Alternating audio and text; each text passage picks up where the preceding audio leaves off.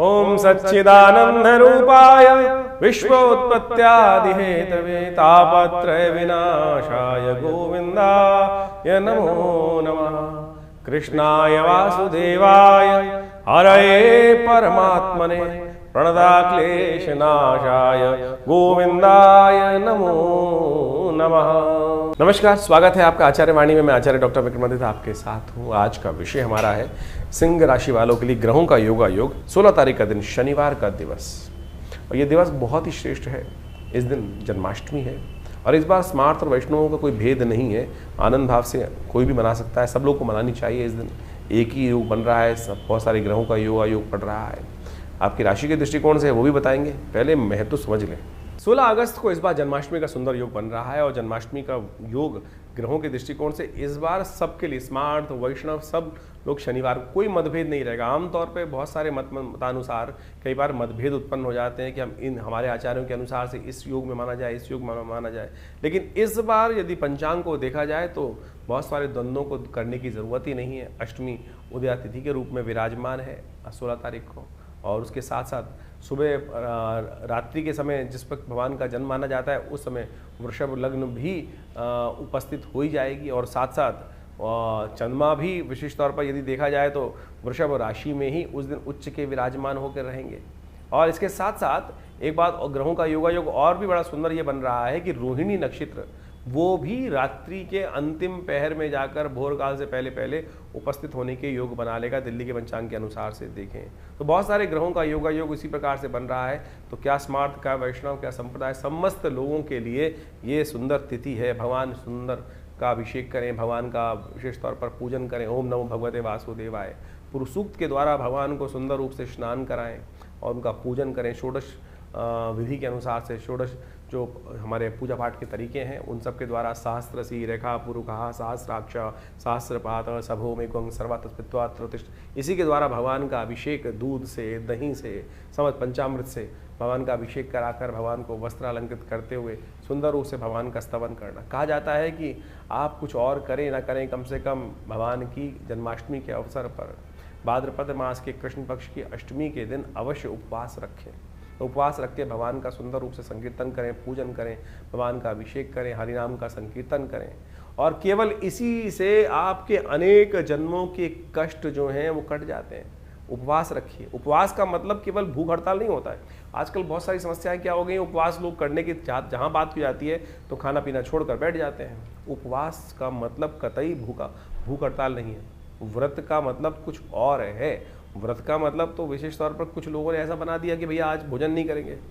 मुझे वो बताइए, मैं सीधी तरह से, उपवास करनी बहुत अच्छी, व्रत करना एक बहुत बढ़िया सिद्धांत है। खाना भी ना खाएं तो ठीक है, विश्राम मिलना चाहिए। लेकिन एक बात, छोटी सी बात समझने की आवश्यकता है। आपका बच्चा यदि सुबह से लेकर शाम तक कोई बात कर रहा हो, आप ये चाहिए, पिताजी ये चाहिए, माताजी ये चाहिए, और सुबह से लेकर दोपहर तक, रात तक खाना ना खाए, तो मुझे एक बार बताएं, क्या माता पिता प्रसन्न होंगे? या माता पिता विशेष तौर पर उनका खून नहीं चलेगा कि बच्चा खाना नहीं खा रहा है, और भगवान आपके माँ बाप प्रसन्नता से अपने जीवन यापन कर पाएंगे? नहीं कर पाएंगे। तो शास्त्र में कुछ भ्रांतियां उत्पन्न हो गई हैं। लोगों ने भूख हड़ताल को व्रत मान लिया है। व्रत का वास्तविक अर्थ जो है वो है उपवास। वास का मतलब है रहना, उप यानी जहां से हो, जहां रह रहे हो वहां से हटने का प्रयास करो, कहीं और वास करो, वहां से अपने आप को उठाओ और प्रभु के सानिध्य में जाकर वास करने का प्रयास करो। शांति से प्रभु का स्मरण करो, सात्विकता के साथ रहो, प्रभु के श्री चरणों में निवास करो, तब तो व्रत हुआ, तभी तब तो उपवास हुआ। नहीं तो केवल भूख हड़ताल हुई, नहीं तो जिद हो गई। तो आपको खाली ना खाना, खाना ना खाना भी एक प्रकार से उपव्रत कहा जा सकता है। लेकिन कुछ कालांतर में ऐसी भ्रांति उत्पन्न हो गई है बहुत सारी चीज़ों ने कि भूख हड़ताल, पेट को कुछ नहीं देना, उसी को हम व्रत मान के बैठ गए हैं। लेकिन और उस दिन एक समझे कि जिस दिन खाना नहीं खाया, कुछ नहीं किया, उस दिन क्या होगा, और बाहर की चीज़ सब खा लेंगे। कुट्टू के आटे से लेकर पता नहीं क्या क्या, पकौड़ी, चाट पकौड़ी इत्यादि समस्त खाने की व्यवस्था बना लेंगे। तो फिर वो क्या हुआ, फिर तो वो कुछ और ही हो गया ना। इस व्रत में हरिनाम का संकीर्तन, जागरण, भगवान के नाम का जप, भगवान के क्रियाकलाप जो हैं उनकी कथाएं पढ़ना, उनकी कथा सुनना, उनके मंत्र का जप करना, दान पुण्य करना, सात्विकता का से जीवन निर्वाह करने का प्रयास करना, और विशेष तौर पर मनसा वाचा कर्मणा प्रभु के नाम का संकीर्तन करना, ये तो हुआ उपवास। तो अब आप देख लीजिए आप क्या कर रहे हैं। तो परमात्मा की कृपा प्राप्त करने के लिए फिर कहते हैं लोग संकट नहीं हरे, कष्ट नहीं हरे, तो ऐसे में कष्ट कहाँ हरेंगे। तो इसलिए इस बात को समझें कि इस जन्माष्टमी पर हम भगवान का षोडशोपचार पूजन करें। हमने विवेकानंद योगाश्रम में इस दिन विशेष भगवान का पूजन रखा है। शाम के समय जो करीब करीब यज्ञ के साथ आरंभ होगा और भगवान के पूजन के साथ सुंदर व्यवस्था बनेगी। भगवान को विशेष तौर पर षोडशोपचार पूजन कर उनका विभिन्न प्रकार से विभिन्न औषधियों से उनका अभिषेक रहेगा, भगवान का पूजन रहेगा, भगवान के नाम का संकीर्तन रहेगा, कीर्तन पूजा पाठ सबकी व्यवस्था है। आप अवश्य भगवान के नाम के संकीर्तन में उस दिन पधारें आश्रम पे, विवेकानंद योग आश्रम में। प्रभु की कृपा से सुंदर कल्याण का अवसर बनेगा। भगवान के नाम का संकीर्तन कर हमारे इस आश्रम पे, जिसमें पिछले करीब आप मान के चलें 50-60 सालों से नित्यप्रति 8 घंटे यज्ञ होता है। माँ भगवती का सुंदर शिव विग्रह, इस दिन भगवती दुर्गा का भी प्राकट्य उत्सव है। आप महामाया जी का भी प्राकट्य उत्सव माना जाता है, जो भगवान कृष्ण के साथ ही उत्पन्न हुई थी। भगवती दुर्गा की उपासना इस दिन विशेष तौर पर की जानी चाहिए और भगवती दुर्गा के साथ साथ भगवान कृष्ण की सुंदर उपासना कर इस संसार में शांति स्थापित करने के लिए, कष्टों को निवारण करने के लिए, बिना भगवती की, बिना शक्ति की उपासना किए बिना भगवान की कृपा नहीं होती। तो इसलिए सुंदर रूप से आप अपने कार्यक्रमों में, यज्ञ में सम्मिलित हों। भगवान के नाम के संकीर्तन में हम विशेष रूप से कार्यक्रम रख रहे हैं, तो आप अवश्य अपना स्थान आरक्षित कर इस कार्यक्रम में सम्मिलित हो सकते हैं। तो सिंह राशि वालों, इस जन्माष्टमी को बहुत विशेष रूप से आप मनाने का प्रयास, शनिवार के दिन जन्माष्टमी पड़ रही है और आपकी राशि के दृष्टिकोण से देखा जाए तो शनि महाराज इस वक्त आपके लिए ढैया का योग चला रहे हैं। वो कहीं ना कहीं आपके कार्यों में विघ्न लगातार उपस्थित कर रहे हैं। शनि का संबंध भगवान कृष्ण के साथ बहुत अद्भुत है। शनि जब पूरे संसार से त्याग दिए गए थे, कहीं जगह नहीं मिल रही थी, तो कोकिला वन में भगवान ने शनि को अपने पास स्थान दिया। अपने व्रत 84 कोस की यात्रा के बीच में उनको स्थान दिया गया है। यानी भगवान को प्रसन्न करने के लिए बड़ा सुंदर उपाय हम आपको बताने वाले हैं। शनि के, भगवान को प्रसन्न करके शनि को भी आप कैसे प्रसन्न कर सकते हैं। आपकी राशि के दृष्टिकोण से आप समझें कि आपके लिए सबसे श्रेष्ठ है कि भगवान को बड़े सुंदर तरीके से आप पंचामृत से स्नान कराएं और उनके मंत्र है ओम नमो नारायणाय, ओम नमो भगवते वासुदेवाय, इस मंत्र का स्तवन करते हुए भगवान को स्नान कराया जाए। षोडशोपचार पूजन भी कराया जाए। उनके बाद समस्त संपूर्ण चीज़ों को, आपकी राशि के दृष्टिकोण से आपके घर में बैठे हुए लड्डू गोपाल को आपको जो ऑरेंज कलर के वस्त्र हैं, नारंगी रंग के जो वस्त्र हैं, वो धारण कराने का उनको प्रयास करना चाहिए। और हो सके तो विशेष तौर पर पीले पुष्प भगवान को बड़ा अर्पित करने का प्रयास। पीले कनेर के पुष्प जो होते हैं ना, वो आपकी राशि के दृष्टिकोण से भगवान को यदि आप उनको अर्पित करेंगे तो आपके लिए बहुत श्रेष्ठ योग बनेगा। आपकी राशि, पीले कनेर आपकी राशि से संबंध रखता है और साथ साथ भगवान को अति प्रिय भी है। और कहा जाता है कि भगवान जब विशेष तौर पर अपने सिर पर उसी को धारण करते हैं, फिर कनेर के पुष्प को, तो अवश्य उसको आप अर्पित करने का प्रयास करें। और आपके शनि को ठीक करने के लिए आपके लिए भगवान को विशेष तौर पर आप अर्पित करें मोर का पंख। मोर का पंख अर्पित करने के बाद अगले दिन प्रसाद स्वरूप में उसको उतार कर अपने पर्स में रख लीजिए। 1 वर्ष तक शनि के तमाम दुष्प्रभावों को बचने के लिए ये उपाय बड़ा अद्भुत रहेगा। इसको अवश्य करने का प्रयास करें। आपकी राशि के दृष्टिकोण से ये बहुत श्रेष्ठ दिखाई देगा। भगवान को झूला अवश्य दीजिएगा। आप 5 बार झूला देंगे ना, तो भगवान आपकी राशि के दृष्टिकोण से आपके अनेक 500 कष्ट हर लेंगे।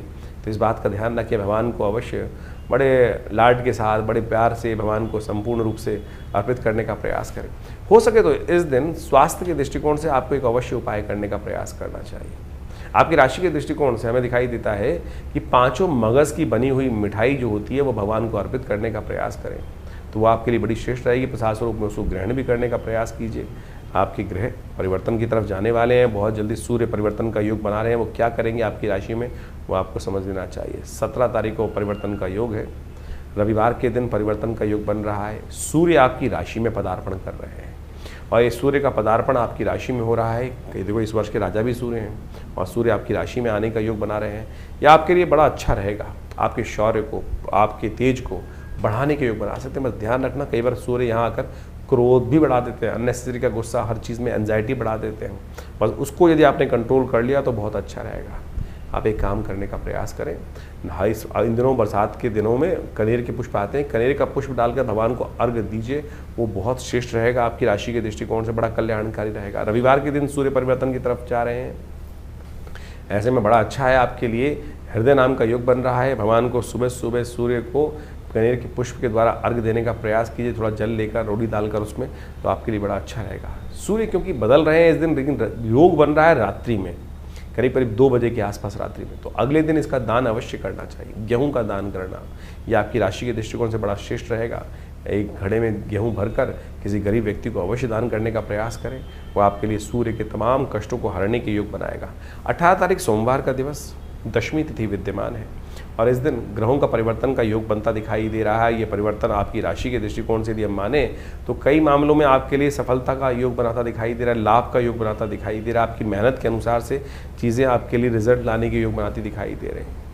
शाम को गजकेसरी योग बन जाएगा 2-3 दिन के लिए, जो आपके लिए बहुत अच्छा पॉजिटिव आपके जीवन में योग बनाता दिखाई देगा। लेकिन ध्यान रखना, बहुत सारे लोग आपको साइडलाइन करने का लगातार कुछ ना कुछ षड्यंत्र रचते दिखाई दे रहे हैं। ऐसे में आपको एक काम करना चाहिए कि कुछ हरी चीज़ों का दान भी लगातार करते रहना चाहिए। तो इस दिन भद्रा है, ध्यान रखिएगा, जो करीब करीब पूरे दिन विद्यमान रहेगी, सुबह 6:30 बजे से लेकर करीब शाम को 5:30 बजे तक। तो नए कार्यों में हाथ ना डालें, इस बात का ध्यान रखें।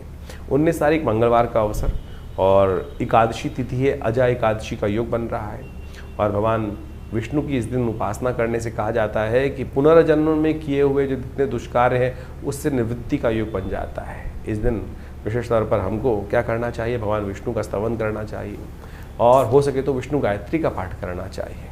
विष्णु गायत्री का पाठ कर लेने से क्या होता है कि बहुत सारे पूर्व जन्म में कृत्य कर्मों के द्वारा कष्ट निवृत्ति का योग बन जाता है। तर्पण इत्यादि करना चाहिए और हो सके तो सबसे बढ़िया श्रेष्ठ कार्य आपके लिए ग्रहों के दृष्टिकोण से क्या प्रभाव पड़ रहा है वो भी जान लें। आप ग्रह परिवर्तन की तरफ जा रहे हैं और ये परिवर्तन आपकी राशि के दृष्टिकोण से अच्छा ही रहेगा। बृहस्पति के साथ विराजमान हो गए हैं चंद्रमा और ये कहते हैं कि जितने बड़े लोगों की सेवा करोगे, पिता के साथ संबंध अच्छे बनाओगे, तो और पिता की जितनी सेवा करोगे, गुरुजन की जितनी सेवा करोगे, उतना मेवा प्राप्त करने का योग बन सकता है।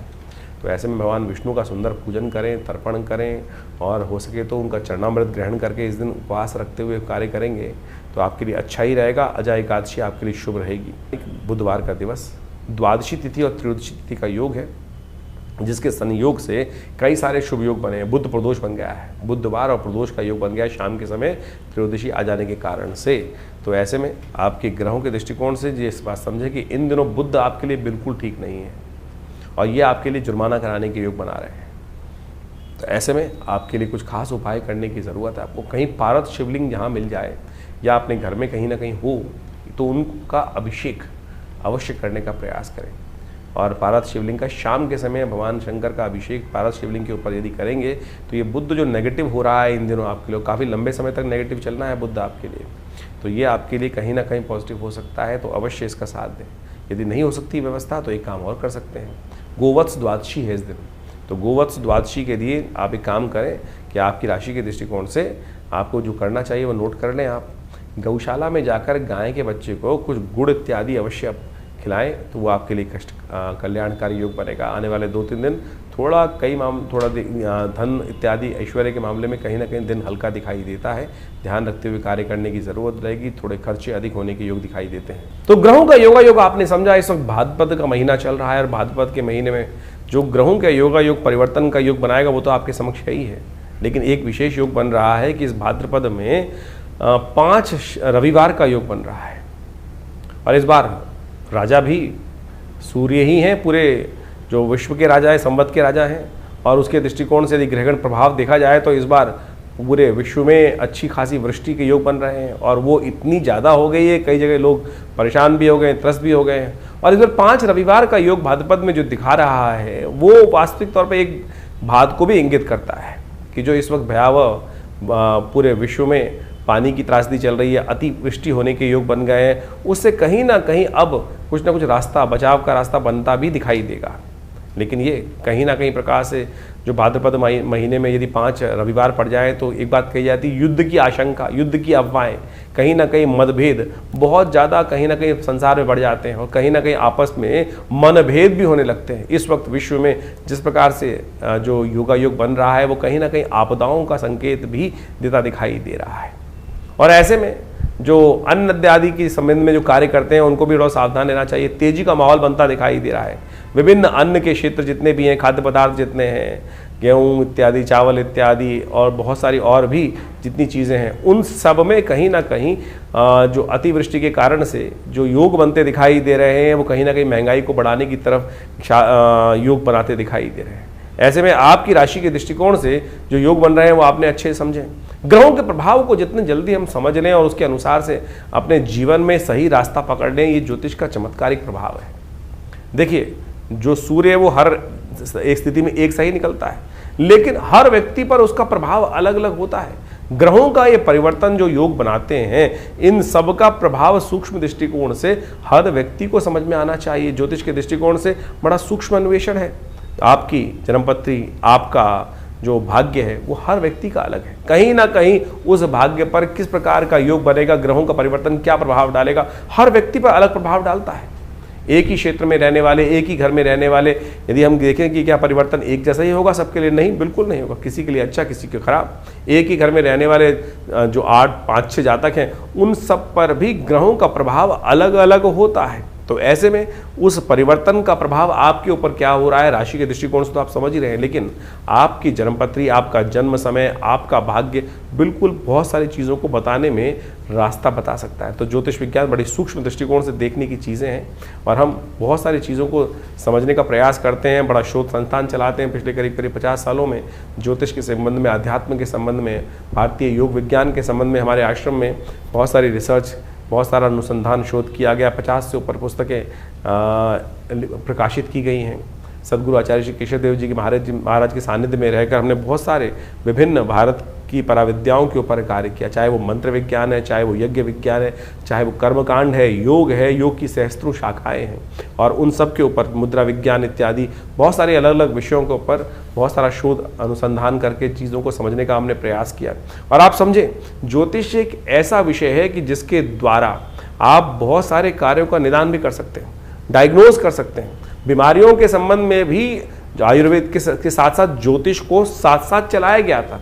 आज जो समाज में जो आयुर्वेद का या चिकित्सा विज्ञान का भाव है, वहाँ ज्योतिष के एक पार्ट को निग्लेक्ट कर दिया गया है। अरे ज्योतिष पूरी तरह से डायग्नोज पर ही है, आपके ग्रह बदले और वो कहीं ना कहीं कौन सा रोग उत्पन्न करेंगे, किस प्रकार से बीमारी का रास्ता बनाएंगे, ये भी ज्योतिष के अंदर बहुत अच्छे से, अगर समय खराब चल रहा है, किस प्रकार से कौन से मंत्र को जप कर कर, कौन सी मुद्रा का प्रयोग करके, कौन सी औषधि कब आपके लिए अच्छी अनुरूप रहेगी, कौन सी औषधि कब कार्य नहीं करेगी, ये भी ज्योतिष विज्ञान के माध्यम से आप बहुत अच्छे से समझ सकते हैं, कार्यों को कर सकते हैं। हमने इसके ऊपर बहुत अच्छे से चीज़ों को समझने का प्रयास किया। बहुत सारी चीज़ें हम समय समय पर आपके बहुत सारे अपने इन कार्यक्रमों के माध्यम से आपके समक्ष रखते भी आए हैं।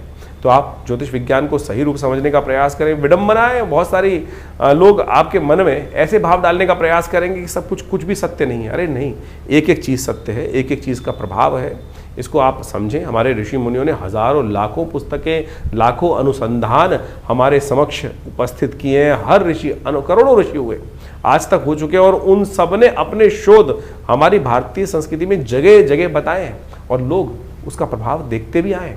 और हमने खुद देखा, बहुत सारे महामृत्युंजय मंत्र इत्यादि, बहुत सारे अनुष्ठान जो समय समय पर करते हैं, उनका प्रभाव बहुत प्रत्यक्ष रूप से होता है। चाहे वो जीवन के स्वास्थ्य संबंधी समस्याएं, चाहे वो जीवन की किसी भी पहलू से संबंधित समस्याएं, उसका निदान करने के लिए विभिन्न मंत्रों के माध्यम से, विभिन्न उपायों के माध्यम से, चाहे वो रत्न है, चाहे वो विभिन्न उपाय हैं, चाहे वो दान है, चाहे वो पुण्य है, चाहे वो औषधि है, चाहे वो ध्यान है, इन सबको मार्ग अपना सकते हैं। और तो और मुद्राएं तो अपने आप में चमत्कारिक प्रभाव दिखाती हैं। ये शरीर के जो विभिन्न भागों के द्वारा योग और विभिन्न मुद्राओं का उपयोग किया जाता है। जैसे किसी का बृहस्पति खराब है तो ये ज्ञान मुद्रा का नित्य प्रति अभ्यास करें, देखें, किसी और चीज़ की आवश्यकता ही नहीं पड़ेगी। शनि यदि खराब चल रहा है, शनि का दुष्प्रभाव बहुत ज़्यादा जीवन में हो रहा है, तो यदि नेगेटिव प्रभाव है तो इसको इस मुद्रा के द्वारा, शून्य मुद्रा का उपयोग करते हुए, शनि की मुद्रा का उपयोग करते हुए यदि मंत्र जप किया जाए, कुछ भी उसका नित्य प्रति इस मुद्रा का अभ्यास किया जाए, तो उससे भी बहुत ज़बरदस्त प्रकार से आपकी समस्याओं को ठीक करने में रास्ते मिलते हैं। तो ऐसे बहुत सारी चीज़ें हैं, बहुत सारे मार्ग हैं जिनको आप समझेंगे तो बहुत अच्छे से रास्ता बनता दिखाई देगा, कष्टों को निवारण करने का योग बनता दिखाई देगा। और इन सब चीज़ों को हमें अच्छे से समझ लेना चाहिए। बहुत सारे लोग, ये कहानियाँ नहीं है, पुराण इत्यादि में जो रहस्य बताए गए हैं वो कतई किसी प्रकार भी कहानियाँ नहीं है, लेकिन उनके पीछे उसका आदि भौतिक, आदि दैविक रहस्य छुपा हुआ है। उन रहस्यों को हमको समझना चाहिए। अभी सावन का महीना समाप्त हुआ, सावन में भगवान का जैसे रुद्राभिषेक करते हैं, रुद्राभिषेक करते हुए भगवान पर विभिन्न प्रकार से भगवान को स्नान कराया जाता है, कभी दूध से, कभी दही से, कभी भस्म से।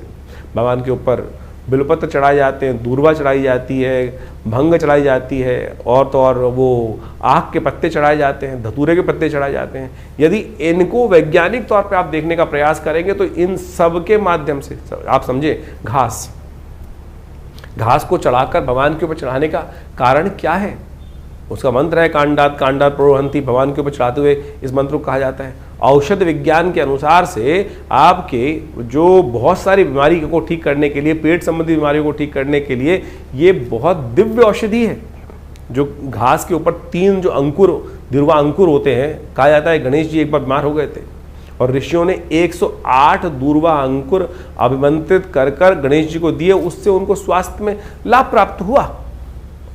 इसी प्रकार से विभिन्न जो चीज़ें हमारे क्रियाकलाप कर्मकांड के सिद्धांत से भारतीय संस्कृति में बताई गई हैं, पुराण इत्यादि में चीज़ों में बताए गए हैं, वो सब के सब क्रियाकलाप बहुत रहस्यपूर्ण है, परम वैज्ञानिक है। औषधीय दृष्टिकोण से भी उसको अच्छे से समझा जा सकता है। तो आप इन सब को समझें। हम समय समय पर आपकी राशि के दृष्टिकोण से बहुत सारी चीज़ें बताते हैं, लेकिन जन्मपत्री भी उसका बहुत विशद विषय है और वृहद विषय है। साथ साथ आपके हाथ की रेखाएं, मस्तिष्क की रेखाएं और ये सब का सब शरीर की जो विभिन्न आकृति विज्ञान है, वो ज्योतिष के अनुसार समुद्र शास्त्र के माध्यम से इन सब रहस्यों को अच्छे से समझकर हम जीवन में उत्थान की तरफ आगे चलें। और भारतीय संस्कृति परम बहुत सुंदर रूप से उपस्थित किए गए इन सब रहस्यों को, तो आप यदि इन सब चीज़ों को समझेंगे तो बहुत बढ़िया आपके लिए बहुत सारे विषयों को अच्छे से हम बताएंगे। आश्रम से द्वारा जो प्रकाशित पुस्तकें हैं वो आप हमारी वेबसाइट पे जाके देख सकते हैं।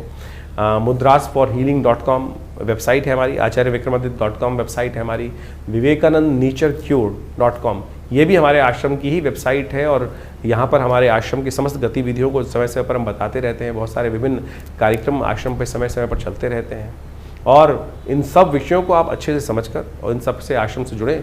और स्वागत है आप सबका हमारे यहाँ जो नित्य प्रति कार्यक्रम होते ही हैं। रविवार को विशेष कार्यक्रम में, यज्ञ में आप सब लोग सम्मिलित हो सकते हैं। सुबह 8 बजे से लेकर करीब करीब 10 साढ़े 10 बजे तक भंडारे के साथ बड़ा यज्ञ और स्वाध्याय इत्यादि का कार्यक्रम चलता है हर रविवार को। और आप सब अपने विषयों को लेकर आश्रम पे उपस्थित होंगे तो हम अवश्य जो भी भगवान की कृपा से रास्ता बनेगा अवश्य आपके साथ बनाएंगे। जीवन में कल्याण का मार्ग प्रशस्त हो, आप सबको आशीर्वाद, कल्याण हो, भगवान का कृपा आपके साथ हमेशा बनी रहे।